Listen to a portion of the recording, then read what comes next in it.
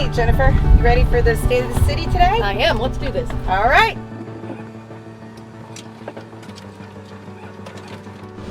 The new City Hall. It's so beautiful.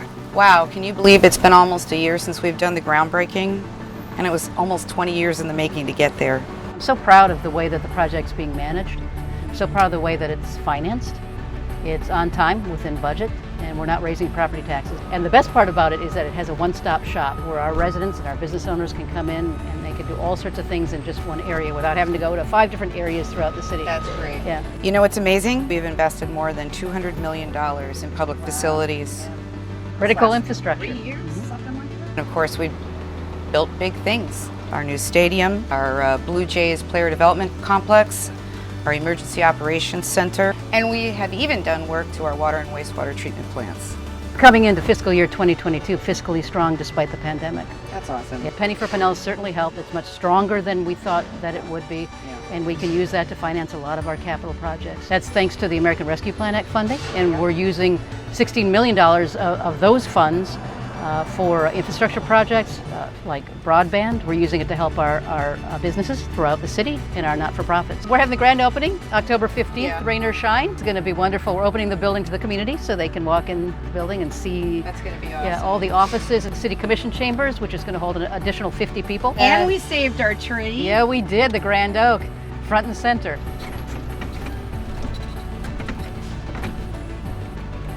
I love just sitting here in Pioneer Park because it really is sort of the heart of the downtown. I really do too. We've done so many improvements. You know, we've got our new bandstand where it's been improved, and the sound and lighting quality is so much better. And of course, we have our new public art installation. And then, of course, the lights and the trees at night has been something that's really elevated the look of our downtown. Yeah, absolutely. Really love it. And thanks to our ARPA funds, too, we're going to be able to help our downtown businesses. We're seeding them the money for the special events. And haven't the special events been something? Oh, my God, they're so really packed. I mean, and people have been really nice. You know, most people think it's development that causes our crowding. Right. Our population has only grown like 1,000 people in the last 10 years. Crazy. So it's like nothing. Amazing. Where it's grown, though, where the population has grown is tourism. And the tourism numbers, we have, what is it, 1 million people that live essentially here in Pinellas County. Yeah. And we have 15.5 million people who are visiting. And they put, I don't know, something like 60 or 70% of them are coming with a car. We did purchase the property on Scotland. Yep. And we're going to put a parking garage in there, about 175 spaces, we figure. That is so exciting. We've worked with Mies, we've worked with the school board to locate additional parking on their properties as well. So yeah, and we're forever in the hunt for parking, but we've really pushed that out on social media as well, where our remote parking areas are. Future's bright. Okay, let's head down to Edgewater Park. Who doesn't love this park? We have Edgewater, we've got Weaver, which is another waterfront park, and then we've got, of course, the 2 state parks. The #1 state parks, Honeymoon and Caladisi, which you know, everybody visits. It's just wonderful how much green space we have here in the city of Dunedin. It really is amazing. And hey, we were a 2021 Best Beach Town, right? Best of the Bay. I know, we were. That was a great night. That was such a great night. And it just so happens we happen to have the award in the golf course. There it is, Best Beach Town. So, Mayor, we actually have 450 acres of open space and parks in the city of Dunedin. And that's more than most, right? Yeah. That's 6 acres per 1,000 in population, over 6 acres per 1,000 in population, which doubles the community standard. Wow. According to the state of Florida. And I think actually one of the proudest moments of my career was Gladys Douglas. Mine too. You too? Yeah. Mine too. 44 acres, right, of open space that we acquired with $4.5 million contributed by the community. Our residents and even the surrounding areas are really passionate about green space, and it showed in the fundraising efforts. And all the critters in the all preserve. The critters, They're very happy too. The gopher tortoise is ecstatic, you know. We just gave you some new direction to purchase the lake. Yes. It's actually 80 acres with the water and the surrounding uplands. It's 80 acres of open space which we're going to add to the Gladys Douglas Preserve, and that's going to be over 120 acres, Mayor. When do we hope to get that park open? Well, within the next 6 months. We're going to open it to the public because we're going to finish the walkway. We have to make sure it's safe for everybody to access. We have to put in some parking and some restrooms. Speaking of water, I'm thirsty. That's nice clean water, isn't it? Reverse osmosis.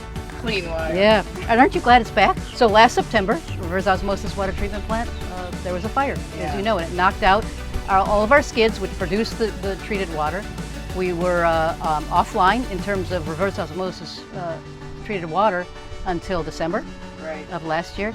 It was hard on the residents. And let me tell you, it was hard on Facebook too. Yeah, I bet. But we have a very engaged audience, Right. and you expect nothing less Right. out of Dunedin residents, and I'm really proud of that. Yeah, we never had to borrow water or use water from anybody else because Right. we had over 1 million gallons in storage. Right.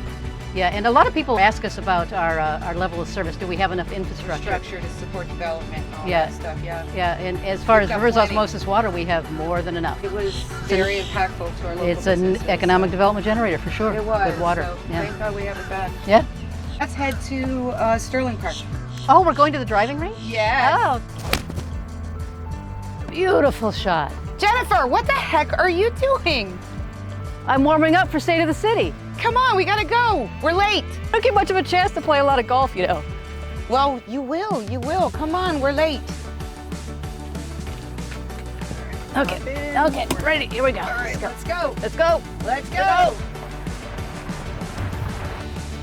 I hope our food's not cold. Wow. I had to play golf. Here we go. Thank you.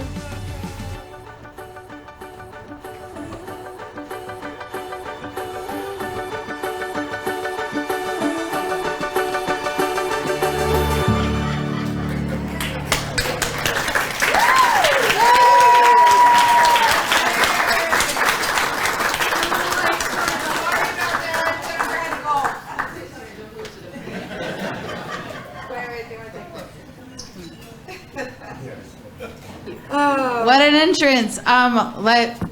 You guys were supposed to sit down, but since they Sorry. didn't, I'm going to just say right now I'd like to introduce to you City Manager Jennifer Bramley and our wonderful Mayor Julie Ward Bujalski. And thank you, Sue Burnaz, for putting together or helping to put together that fantastic video. Did they like it? Yes, they did. I was waiting though for I was waiting for somebody to say something about us driving the golf cart on a sidewalk, and I was like, oh gosh. We know that's not allowed, but couldn't close the street. Well, talk about an entrance, right? Thank you again, Sue, and your team for helping us figure that out. And thank you guys for joining us here today. We hope you are as excited as we are to talk about the state of the city. And of course, I would be remiss if I didn't introduce my own colleagues, Vice Mayor Kynes, Commissioner Franey, Commissioner Gao, and Commissioner Tornga. Give us a wave.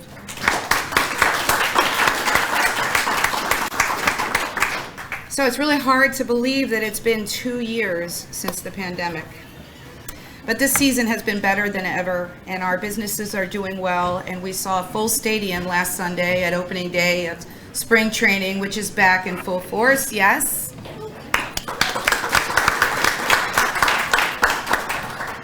And believe it or not, tourism and travel in this region is up to pre-pandemic numbers. I mean, that's unbelievable. And at this point, it's going to surpass 2019.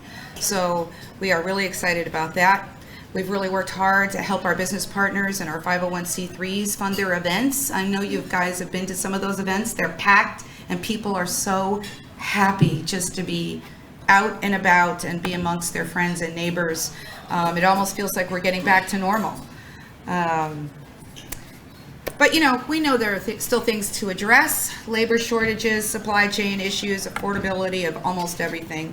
So believe me when I tell you, we as an organization are having to address those same issues, and we are very confident that we can still maintain our quality of life to the standard that you hold us to. So now, I'm going to turn to my cohort over here, City Manager Jennifer Bramley. Thank you very much, Mayor. How are you going to get the golf cart out? Not my job. Put it in reverse and I'll Yeah, there you go. Well, good afternoon, everyone. Good to see you. Glad to be here. I'm happy to report that we have emerged from the pandemic in a stable financial position. Although there were multiple obstacles, we moved forward with our capital program. improving our critical infrastructure, such as our water treatment plant and our wastewater treatment plant, and maintained our levels of service for our customers. Our fiscal year 2022 business plan was developed around our 6 EPIC goals, which the mayor is going to talk a little bit more about. It contains 164 business plan initiatives for a total investment of $101 million in our community. This is largely due to a collaborative and hardworking city commission, my bosses, so I have to say nice things about them. Yes, you do. Yes. And our involved residents on our boards and committees, and also our very dedicated employees, and there are a few here today I want to introduce to you. Our operational efforts are led by our committed department directors, all of whom are experts in their fields. So I'm going to introduce them all to you. So if you'll indulge me, Jorge Quintas is our Deputy City Manager. Sue Burness is our Director of Communications. And responsible for today? Yes, and also responsible for the mayor and my acting debut. Yeah. In the wind, by the way. Worst bad In the rain. day I've ever had. Yeah. Vince Gizzi, our Director of Parks and Recreation. Phyllis Gorshey, who is our Library Director, and unfortunately she's not here today because she is the President of Florida Library Association, and she is at a meeting. So we're very proud of her position there. Bob Ironsmith, our Director of Economic Development, Housing, and CRA. George Kinney, our Director of Community Development. Michael Nagy, our Director of Information Services. Is Michael here? Chief Parks, our Fire Chief, who is currently sitting in an RV somewhere in Ocala in the rain. And Rebecca Schlichter, our City Clerk. Teresa Smalling, our Director of Human Resources and Risk Management. Paul Stanek, our Director of Public Works and Utilities. Les Tyler, our Director of Finance. And also here today we have Doug Hutchins, our former Deputy City Manager. Doug. And Nicole Delfino, who is your Chamber Liaison as well. I think the mayor now is going to introduce us to our EPIC goals. Mayor? Good. Thank you. Thank you, Jennifer. Appreciate that.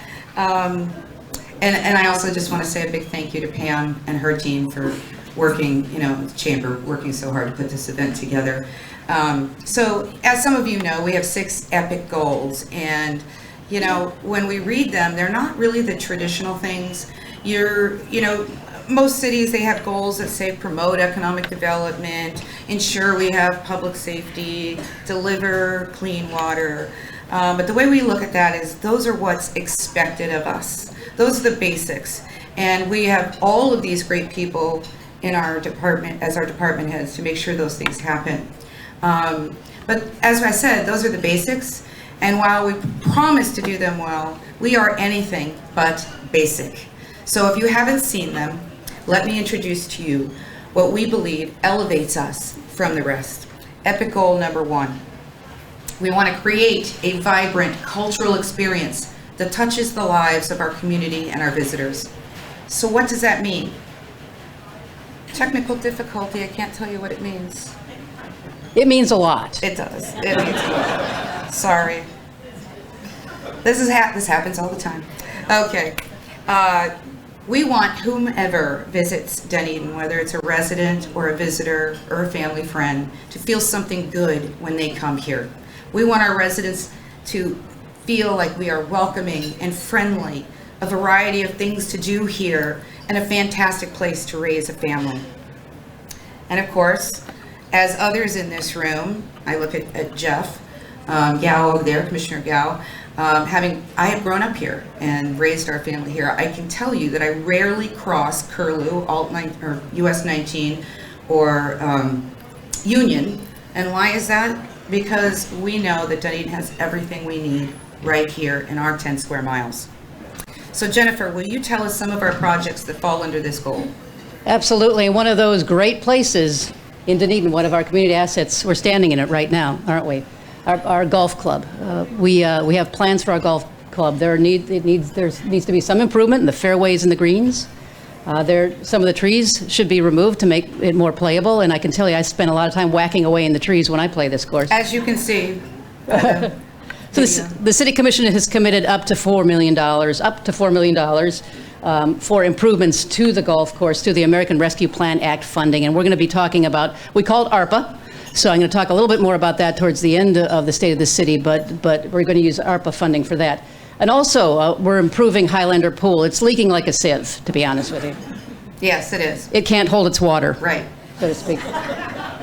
Anyway, so it has reached its useful life. And, that pool, I mean, some of you in here may say, I've never even been to that pool. I have, actually. I brought my grandkids there. But it has a lot of uses for our community. There's swim lessons for our young ones. There's the high school swim teams. There are exercise classes.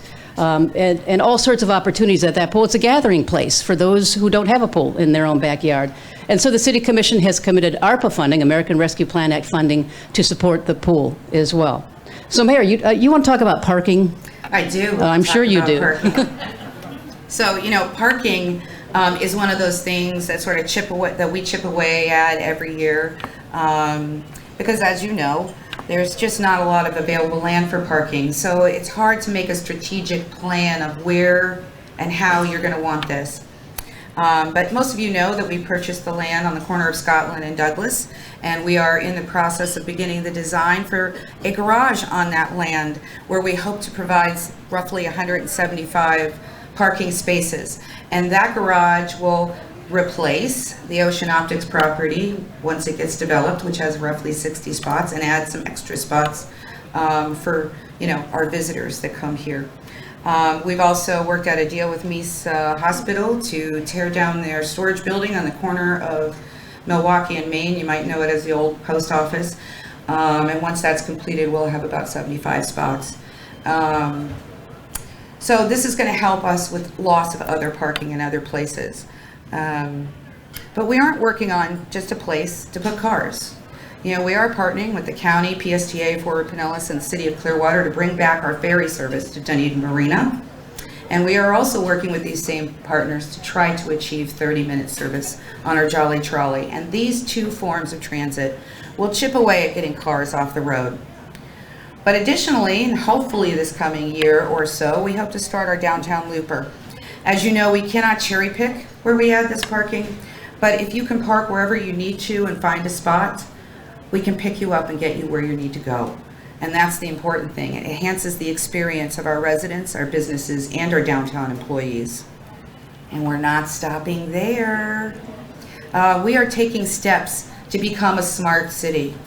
So can you imagine benches that charge your telephone, or an app that tells you where parking is in real time? Well, we can.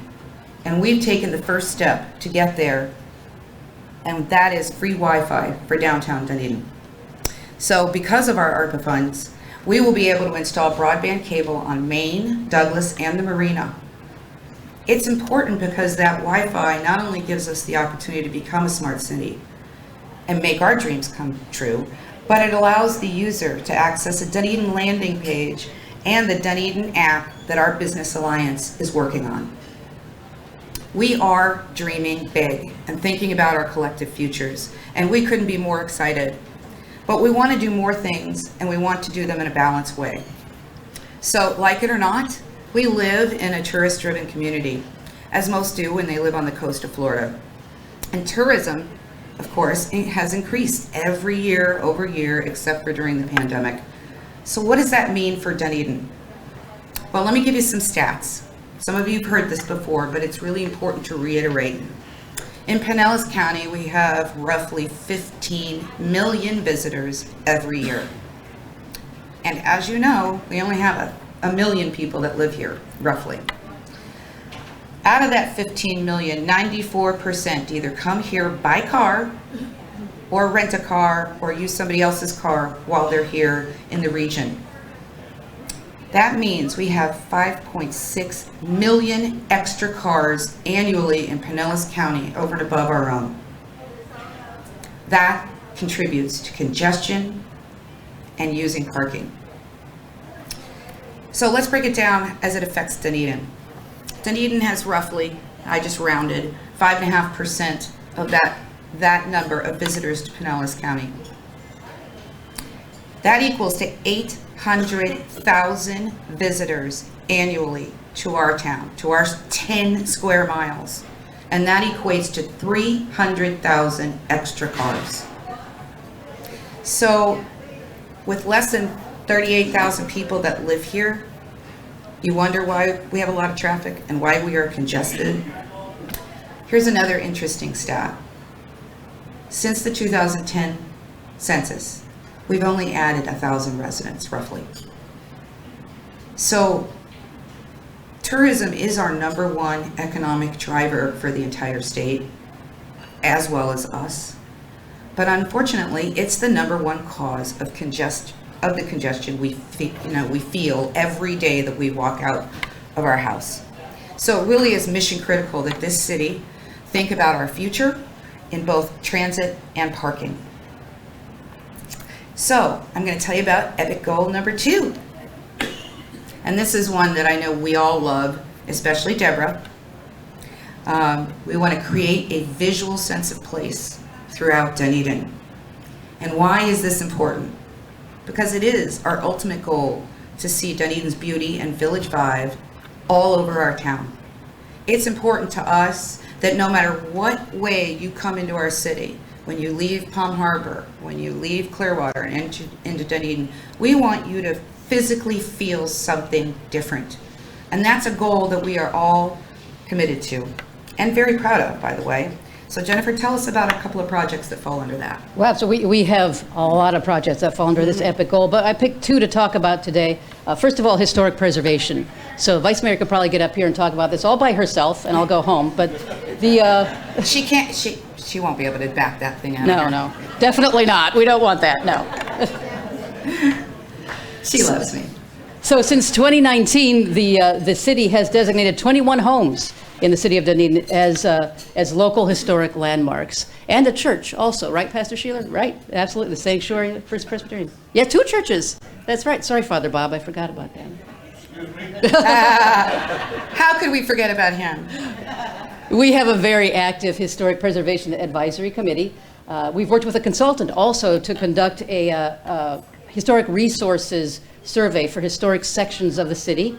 The project is planned to be done in several phases. Phase 1 was completed and submitted to the state, and we're looking for funding for phase 2. And phase 1 actually places structures on the Florida master site file, so that's a very good thing for us.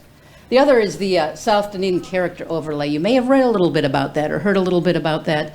The local planning agency actually sat for a couple hours and reviewed the ordinances, 2 ordinances, one to establish the overlay mechanism and one to establish an overlay in South Dunedin. And the purpose of the overlay is to support and maintain the quaint and unique feel of the area that's south of Main Street, the character overlay. So the City Commission will be reviewing the overlays and the character overlay on April 7th at a public hearing and at April 21st as well. Thank you, Mayor. And another thing that's really important under this epic goal is public art, right, Mayor? Yes, it is. You know, public art demonstrates how important creativity is in our community, and it sends a message that we are funky and eclectic and have a culture like no other. It's one of the many things that makes Dunedin special. We've been anxiously awaiting our sea turtles, Sylvia and Henry. They should arrive in the next few months, right, Paul? Yes. Okay. And of course, that sends a message that our environment is important to us too. You will also be seeing a very large crane delivering our 20-foot sculpture that's going to be installed in front of our new city hall sometime this summer or fall. Right, Jorge? And, yes. And Nicole? And Nicole? Yes. Yeah. Because we will be in this fall, right, Jorge? Yes. Yeah. And of course, we're really excited about the painted Jay's crosswalk by the stadium happening sometime over the summer. But you know what's great about Dunedin? It's not just government doing public art. You can just drive all over the place and see it. Just last month, we celebrated Kathy Carlson's, I won't say big number, birthday and their 25th anniversary at Blur by having a space mural commissioned on the side of their building. If you haven't seen it, go see it. It's huge and it's beautiful. And you know, art isn't always visual. There's a group in town private citizens. A couple of them are here. I see one right there, Grady. There's a group in town currently working on a feasibility study of a theater for Dunedin. So that's special, and that's performing art. So, creating a visual sense of place can come in the form of many things. It also comes in the form of revitalization. Eclectic blends of architecture and style bring a uniqueness to who we are. The Artisan Project on Douglas was not the norm. We had a lot of people freak out, right? And we weren't all that sure about that being so different. But now when you look at it, it fits right in like it belonged there, with its cute storefronts, wide sidewalks, and public art readily visible. The artist's sister project I call The Gateway, or Artisan 2, will be equally eclectic. With a boutique hotel, 250 seated space apartments, food court, an upscale restaurant, and plenty of public art, this project will catalyze our east end of downtown while adding $250,000 annually to our CRA that we can then reinvest in the benefit of everyone in the downtown. We hope to see that groundbreaking over the summer, fingers crossed. Having a sense of place can be beautiful and functional at the same time. So, when I think of Skinner Boulevard and the design, that's exactly what it is. It's going to be beautiful and functional. Everybody knows we've got some speeding and safety concerns on Skinner Boulevard. So in planning ahead for that Artisan 2 project and solving our speeding and safety issues on the trail, FDOT is currently in the process of design to dramatically change this 4-lane road to a 2-lane road with wide bike lanes, sidewalks, and parking. It will not only be beautiful, it will be functional and create a dynamic connection to the north side of our downtown. That is why having a vision and planning for the future is so important for our economic viability. So let's move on to epic goal number 3. That is promote Dunedin as a premier coastal community while protecting and improving our natural resources for the enjoyment of all. And I think it was Commissioner Franey who came up with every word of that one, right? That was your baby. While we all feel really lucky to live and work in a coastal community, it does require thoughtful planning and preservation of that natural asset. This includes water quality, accessibility, and environmental safe practices, which we are committed to. So Jennifer, would you tell us about some of those projects? Absolutely. Our marina is one of our most important assets, and I'm sure Commissioner Torngo would agree. Mm-hmm. Not only the basin itself, but most of the activity centers around the marina, like the boat club, like Edgewater Park, and the commercial activities, the restaurants. As such, we're taking a good, hard, long look at it by developing a master plan, which in effect would affect an expansion of the amenities within the marina, and that's the ferry dock, and that's transit, multimodal transit, as well as the slips, and that should be coming in fiscal year 2023. Seems like after every storm, we have a few derelict boats come meet our coast. Every storm, a new SS Minnow arrives on our shores and stays for way, way, way too long. Yep. Not anymore. Used to be the process in order to have that vessel removed was to go through FWC, and then you go through the state, and then you have to contact the property owner and the owner of the vessel, and on and on and on. And our residents call our elected officials and ask them when the boat's going to be removed, and we say the same thing. Soon, we hope. But actually, the sheriff took a positive step and took over the process, and he is using a notice principle that is much shorter than the previous one. It's about a 60-day from the time it arrives. Unfortunately, you have to give the owner of the vessel an opportunity to remove it themselves. But after that, they're going to lasso that and drag it off, and they have. All of our SS minnows are gone. Yes. Yeah. But they do throw anchor every storm and float down, so we do expect that to happen again. But anyway. And I'm proud to say we are the home city of the Florida Gulf Coast Hope Spot. The Florida Gulf Coast Hope Spot spans from Apalachicola Bay to 10,000 Islands, which is south of Marco Island. And that includes our beautiful coastline here, and so we are the home. Hope Spots intend to preserve the integrity of the coast's natural state and to protect the area's marine life from threats created by human interference. And Dr. Sylvia Earle, who is well known to some, she's a world-renowned oceanographer who grew up in Dunedin, and she calls our coast the Earth's blue heart. Mayor, I know you want to talk about the Causeway. It's your favorite place. Always. So, Dunedin Causeway is our lifeline to the water. As you know, it serves as a beautiful place to enjoy the sun and the sunsets. It's a place for exercise, reflection, and everything else that we feel holds our environmental sustainability important to us. It's also a vital access to the #1 park in the state, Honeymoon and Kaladiesi Island, and who doesn't love them? So, little history lesson. 64 years ago, this man-made causeway was built and a wildlife refuge began. In 1974, and over a span of 7 subsequent years, Dunedin and the region's elected officials worked towards preserving these islands for generations to come. And of course, as you know, we have a long history of preserving property. So think about it. Back then, who could have considered or even imagined that that park, that land being preserved, would be visited by over 1.5 million people every year? And who would have ever thought that the causeway would have 10,000 average daily trips? That means actually more people are going to the causeway than they are going to Honeymoon Island. So think about that in the terms of traffic. It's crazy. So to preserve our open access to our waterfront, which is one of our missions, of course, we have spent several years working with our partners to improve the traffic and safety conditions out there. Right now, the Park Service is adding entry lanes and car stacking to improve the time it takes to get into Honeymoon Island.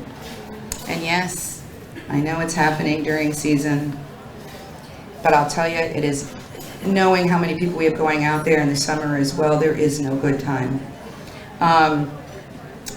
We are also working with the state and the county to get a better turnaround at the entrance. The county is working on dynamic traffic signals, like you might see on CR1, that will give us messaging, tell us how long of a wait it is if the park's closed, so that folks coming on Alt 19 and Curlew don't just have to sit there and wait. They can understand what's happening in front of them. And additionally, FDOT is working on design to rework the intersection at Alt 19 and Curlew Road. Their plans is to make 4 lanes going through that intersection so that we can move more traffic. So this is very exciting. Just to get to this point, we've been working on this, for like 3 years. It's a very slow and arduous project, but upon the completion, within the next, I'd say, hopefully 2 years, Jorge. Also Jorge. By the end of this 5-year period, we should have a considerable improvement. Will everything be fixed? No, but at least we're addressing the obvious. Also, as you know, we've been waiting on the Causeway Bridge. They're going out to bid for final design work, and they are planning to apply for the infrastructure bill that's coming out of Washington for funding. So we are waiting on a lot of different things, but it is inching away. And if you don't know, one of the things that the county has agreed to do, and thank you, Jorge, for this, is bury all the utilities, the overhead power lines and all of that out on the causeway when they do the bridge.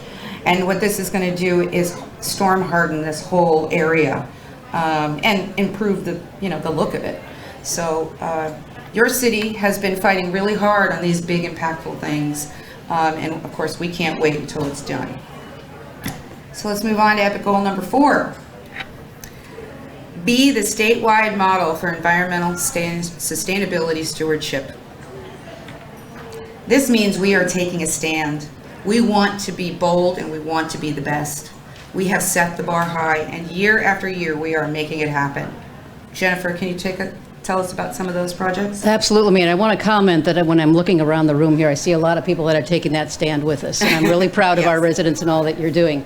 This evening is going to be a big night for the City Commission. The City Commission will be adopting the DREAM, which is the Dunedin's Resilient Environmental Action Master Plan. The DREAM is an all-encompassing plan with an extensive range of action items for sustainable solutions. It is in alignment with the city's 6 EPIC goals, as well as other local, regional, and national and global sustainability efforts. And it really does demonstrate the city's commitment to climate action, resiliency, and sustainability. And we're very proud of the collaborative effort, which really started in 2017. I think everybody has fingerprints on the DREAM, and we're really, really proud of what we've managed to develop. And we've actually submitted for a Florida League of Cities award for the DREAM plan. So keep your fingers crossed on that. So our solar program is another program that's really going very well. The City of Dunedin currently offers residents and business owners within the city limits a rebate on installing solar panels. This program aligns with the city's clean energy goals and sustainability commitments. The grant rate is 25 cents per watt of solar power, is that right? Yeah. Generated for a maximum of $2,500 for the grant. And the city has awarded, since the beginning of the program, 70 property owners since the inception of the program. 70 folks. That's a lot. Isn't that great? Yeah. Very much. Okay. Very much. And some of them are sitting in this room. We're also very, very proud of the citywide multimodal transportation plan, which was another master plan recently adopted by the City Commission.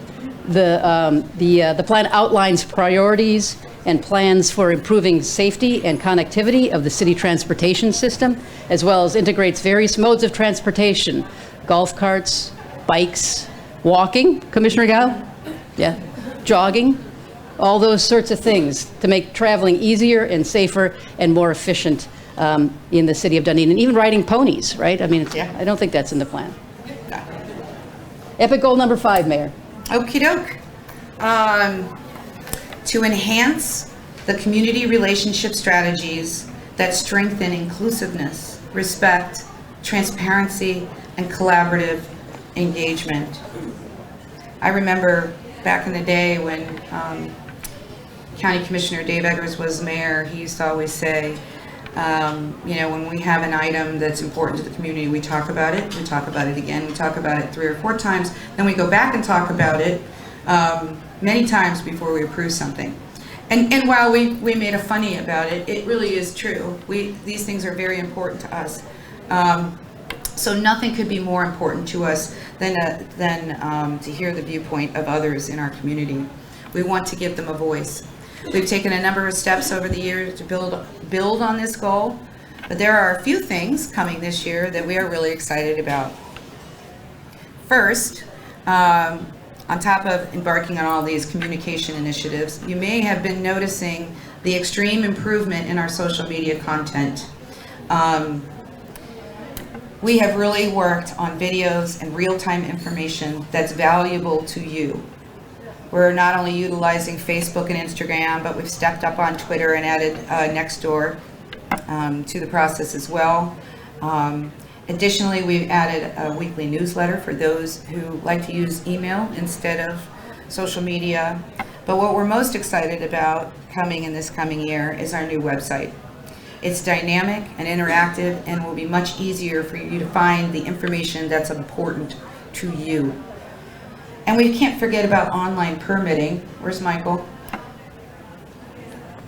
He's at work. Yeah, he ran. No, I'm teasing. But online permitting is going to make our residents and businesses, their lives so much easier, as well as our own staff, right, George? I'm just putting you on the spot there, buddy. So, speaking of technology, and thanks to the ARPA funds, we will be expanding that free Wi-Fi that I talked about earlier and broadband cable to all of our major buildings and parks. This will not only allow wide access to everyone needing it, but it secures our access during emergency situations, which, as you know, we've had a few in the last 5 years, starting with Irma. It will also allow for some of those smart city technologies to be added in other areas of our city, not just downtown. And for those who are in need of temporary access for working or schooling from home, they can check out over 200 portable Wi-Fi boxes that we will be purchasing for the library for free. We want to make sure that everyone has fair and equitable access to the world and to their government. And one of the things that came out of the pandemic was our need to collaborate with our business community. So what started out as a business recovery group has now morphed into a business alliance, which means the city, the chamber, the DDMA, and Visit Dunedin have collaborated to form this together. And thanks to ARPA, we will be investing $100,000 in a marketing plan for our city. And this plan will allow all these entities to pool their resources and really strategically promote our community along with Visit St. Pete Clearwater. And inclusiveness is so important in many ways. And this year we are so excited, I say the first, with all respect to Greg, but it's our first week-long Dunedin Pride Week event. We've had some events along the way, so I don't want to not acknowledge those. And I know that Greg and a committee and Commissioner Franey and others have been working hard on this. And it will include many events, but two of the highlights are a Blue Jays game and a gala at the Fenway. Can't wait to get my new dress out. And I can't wait to show St. Pete a thing or two of what Dunedin can do. So that's going to be really exciting. And that'll happen sometime this June, right? June. Additionally, we recently approved the first annual Staff and Service Day for Juneteenth. This will be an internal event that sparks conversation and allows our team to do some service work in the community. And we are really proud of them making that recommendation.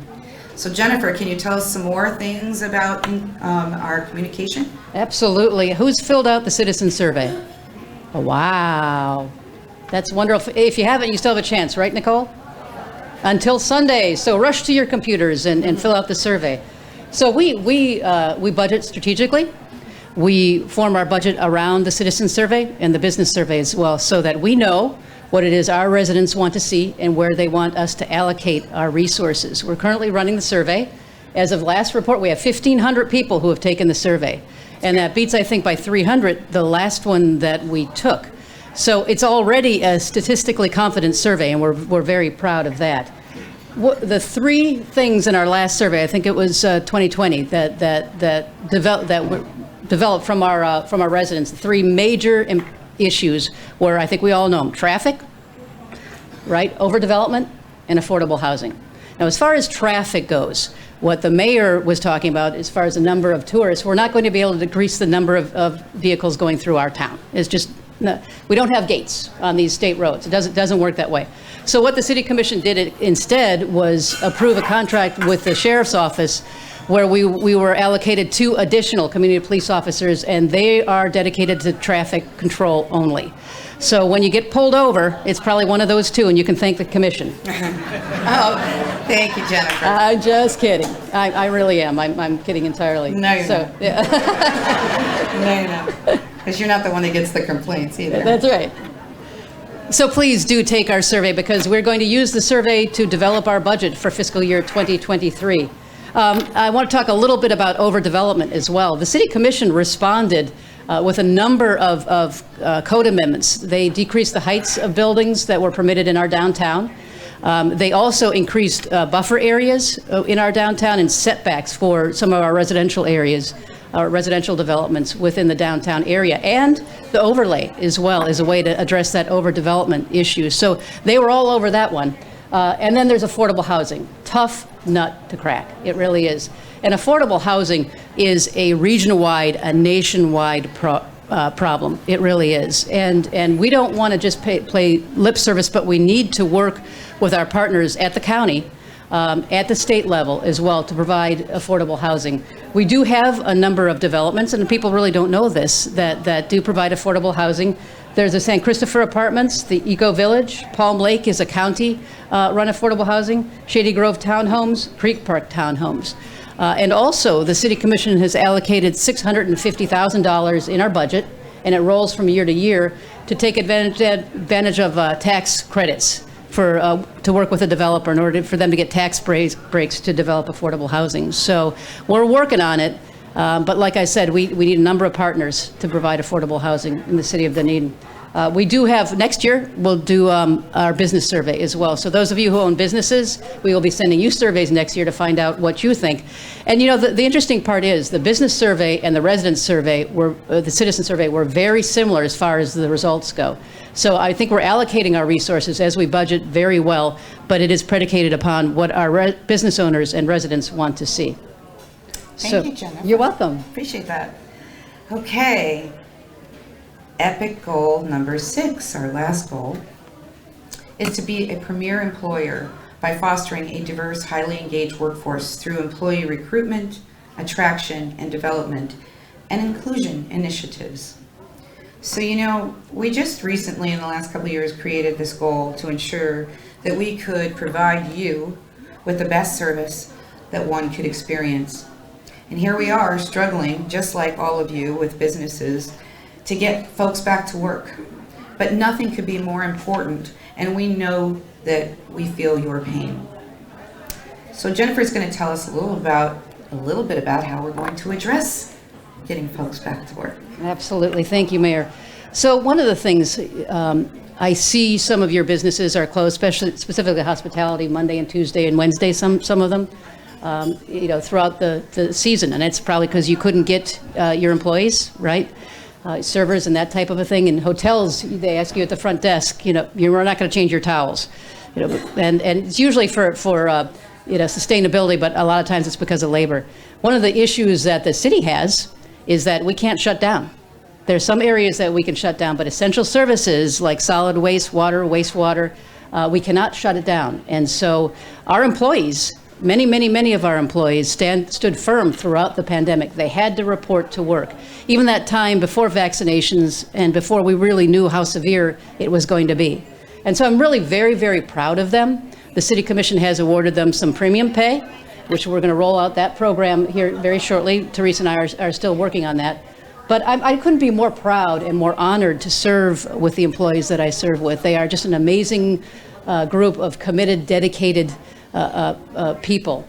That said, I go around and I visit every employee in their workplace in groups twice a year, beginning of the budget season and after the budget is adopted.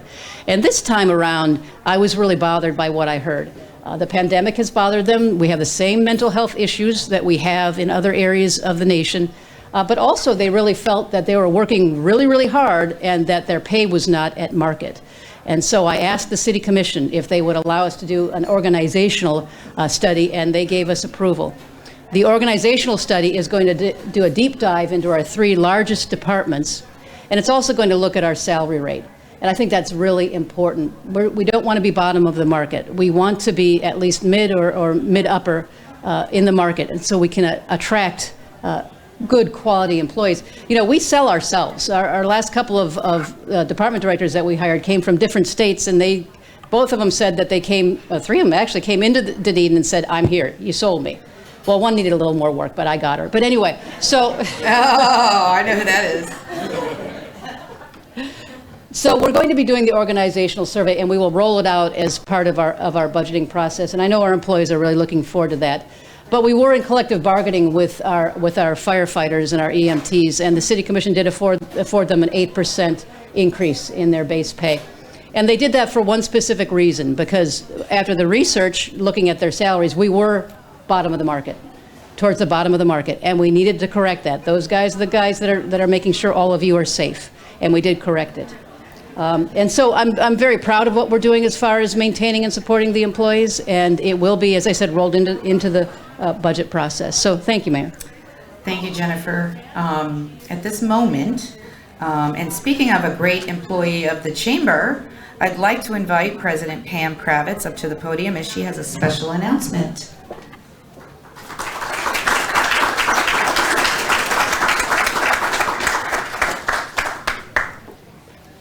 I have an assistant, Commissioner Frady. I'm going over here, but the thing isn't here. Okay, gotcha. Okay, every year we have a Welcome Back Blue Jays event We haven't been able to have those for the last 2 years. We were very excited to have one this year. And guess what happened? We didn't have one because there was a lockout. But we had planned, and it was really Commissioner Franny that brought it to our attention, that we give out a Baseball Hall of Fame award at the Chamber. We have a wall at the Chamber that has all the past recipients through the years. We don't do it every year. We do it whenever we think there's someone who's especially deserving. And we felt that there was someone deserving this year. This person we're recognizing for their contributions to baseball in Dunedin. They were a project manager for the 2022 Toronto Blue Jays Stadium renovations and the new player development complex. They worked to make the project something the community and the Blue Jays could be proud of for many years. And it is also something that our neighboring towns are quite envious of. At this time, I would like to present the Chamber Baseball Hall of Fame Award to Doug Hutchins.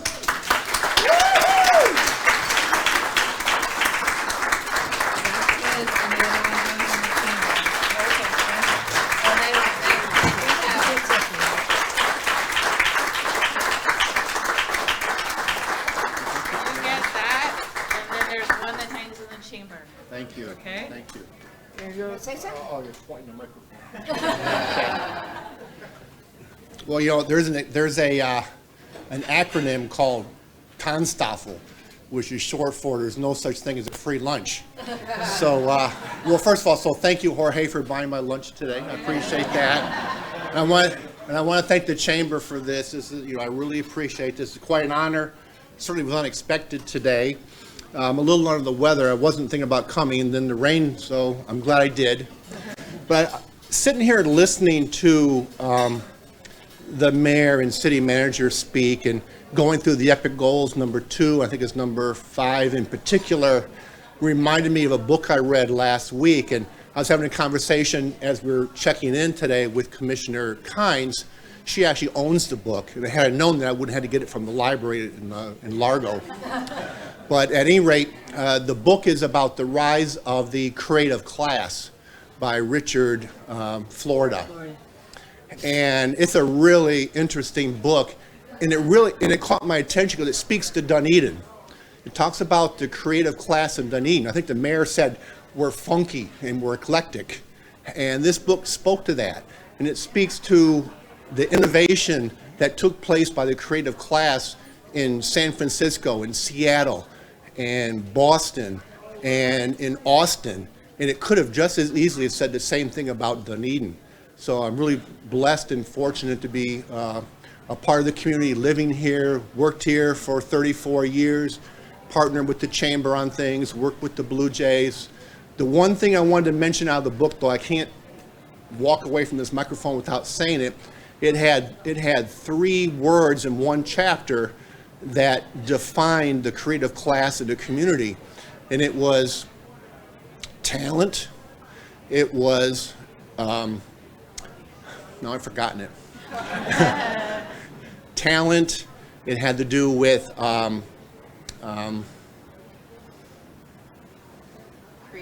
where's Commissioner Kynes? You remember that?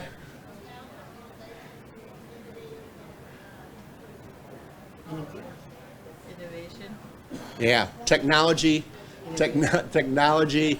and talent. I can't remember the third one. It had to do with inclusion. So when I think about Dunedin, then I think of those 3 things as, you know, Dunedin having it in spades. And technology, I'm just hearing now that there's plans on doing some broadband Wi-Fi as well. That's, you know, we're getting on the cutting edge of some of that, the app that's being worked on. So all those things, I think, just point to where we've been and where we're headed. So thank you for this. I know I rambled, but it's the medication. Thank you. Hey Doug, you should know Shelby Nelson was hugely promoted this award for you too. Yeah, you'll always be his hero. Sorry. Okay. Congratulations, Doug. Well deserved. So it's not a goal, but we did create an other category because we do have a few other things that we just want to bring you up to date on, and they're worth discussing when it comes to Dunedin's future. So I'll turn that over to Jennifer. Thank you. Code compliance. So, the thing about code compliance, and I've been involved in a code compliance division for probably about 25 years, is that there's either too much or there's not enough. There's a pendulum swing. There's never a, this is just right.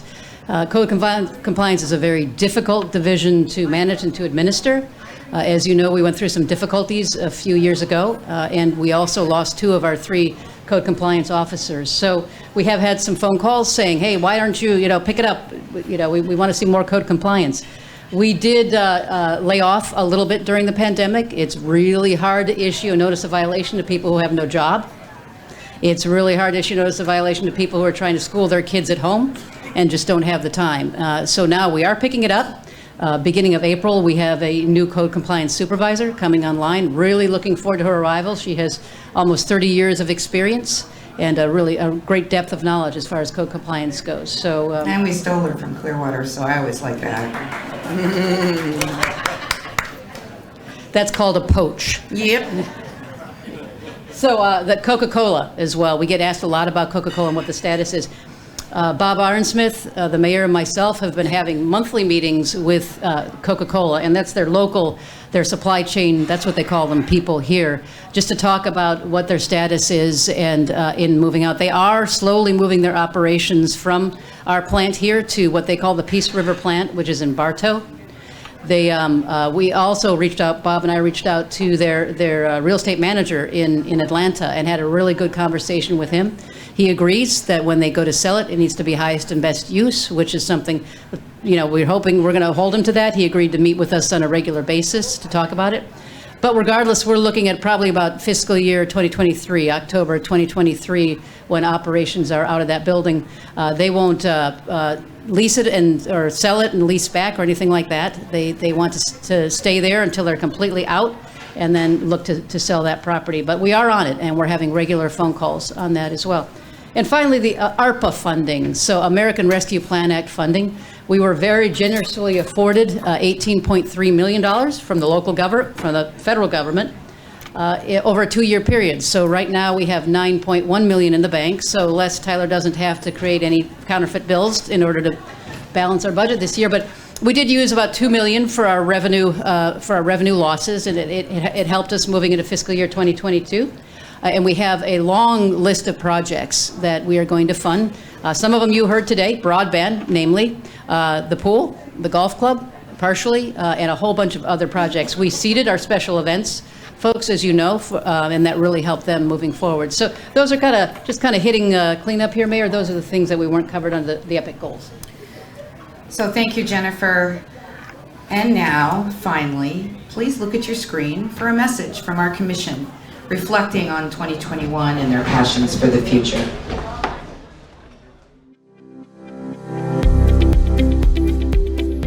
When I think about this past year, the thing I'm most proud of is how we preserved the Gladys Douglas property, where the community came together, governments came together, and we had wonderful families that wanted to see this property preserved.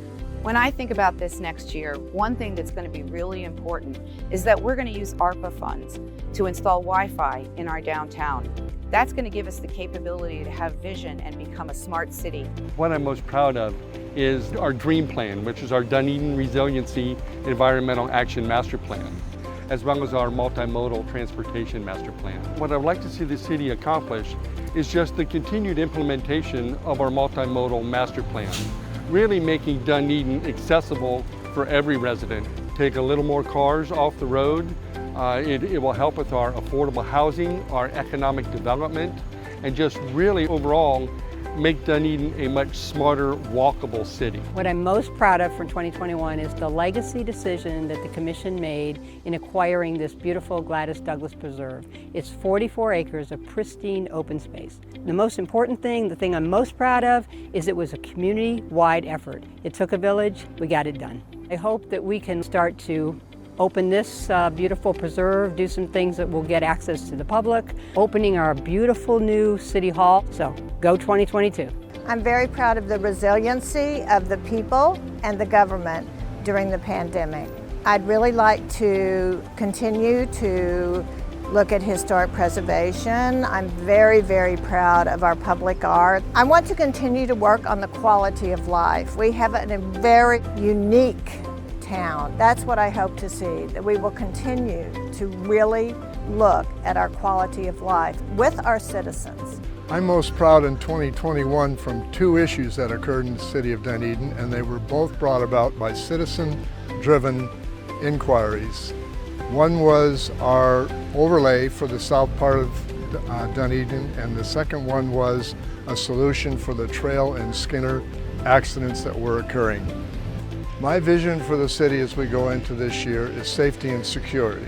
I'm delighted that we're continuing with complete streets, which are safe streets. So our message to you is that the state of the city is strong. We want to be creative and innovative, and most importantly, we want to preserve our Dunedin vibe. Thank you.